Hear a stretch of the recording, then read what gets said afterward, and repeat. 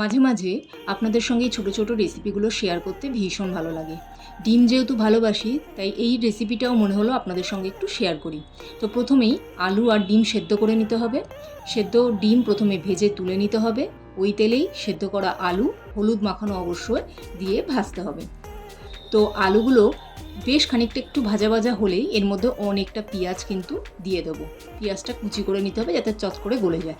এবার পেঁয়াজটা ভাজা হতে হতেই বলি, যারা নতুন আমার চ্যানেলে তারা অবশ্যই চ্যানেলটিকে সাবস্ক্রাইব করুন, এবং যারা রয়েছেন অলরেডি চ্যানেলে তাদেরকে অসংখ্য ধন্যবাদ।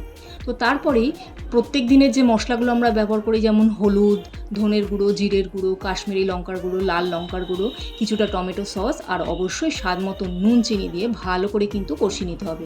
দেখেই বুঝতে পারছেন একদম অল্প তেলেই রান্না।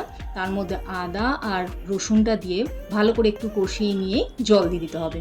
যেহেতু আলু সিদ্ধ, তাই খুব একটা জল না দিলেও চলবে। এরপর দিয়ে দিন ডিমগুলো।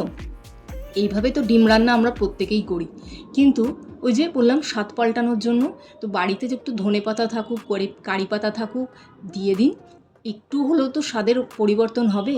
আর নামানোর আগে, গ্যাস অফ করার আগে দিয়ে দিন অল্প একটু লেবুর রস। একদম অন্যরকম লাগবে খেতে। গরম ভাতে মেখে খেলে কিন্তু দুর্দান্ত লাগবে। এইভাবে একটু ঘুরিয়ে ফিরিয়ে রান্না করলে কিন্তু বাড়ির সবারও খুব ভালো লাগে। আজ এই পর্যন্তই, পরে আবার দেখা হবে।